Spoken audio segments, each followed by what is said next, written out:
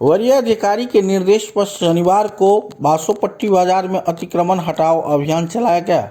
यह कार्रवाई अंचलाधिकारी विकास कुमार के नेतृत्व में पुलिस बल और सशस्त्र सीमा बल के सहयोग से की गई। प्रशासन द्वारा बाजार क्षेत्र में बुलडोजर चलाकर सड़क किनारे किए गए अवैध कब्जों को हटाया गया।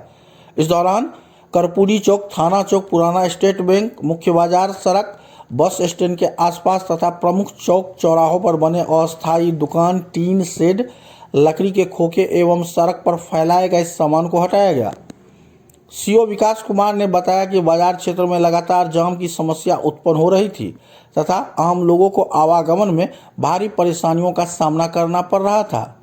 कई बार चेतावनी और नोटिस दिए जाने के बावजूद अतिक्रमण नहीं हटाए जाने पर यह कठोर कदम उठाया गया है। कार्रवाई के दौरान सुरक्षा के व्यापक इंतजाम किए गए थे। मौके पर थाना के एसआई तरुण कुमार, हीरा पंडित, मजिस्ट्रेट एवं एसएसबी के जवान तैनात रहे। बुलडोजर के मदद से अतिक्रमण हटाते समय कुछ देर के लिए बाजार में अफरा तफरी की स्थिति बनी रही, लेकिन प्रशासनिक सख्ती के बीच अभियान शांतिपूर्ण ढंग से संपन्न हुआ। अंचलाधिकारी विकास कुमार ने बताया कि यह अभियान आगे भी जारी रहेगा। उन्होंने स्पष्ट किया कि सड़क और सरकारी जमीन पर किसी भी प्रकार का अवैध कब्जा बर्दाश्त नहीं किया जाएगा।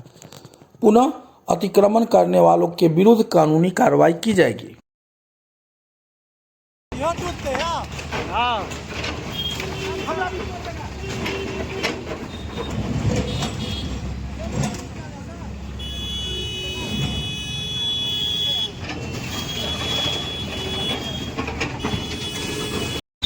नाला के भीतर नहीं, नाला से बाहर, नाला तक खाली।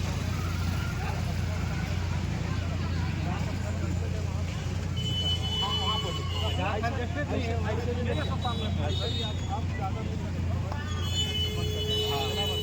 बस स्टैंड में हमने नाला देखिए, चौकों पर करिएगा, सब जानते हैं हम लोग।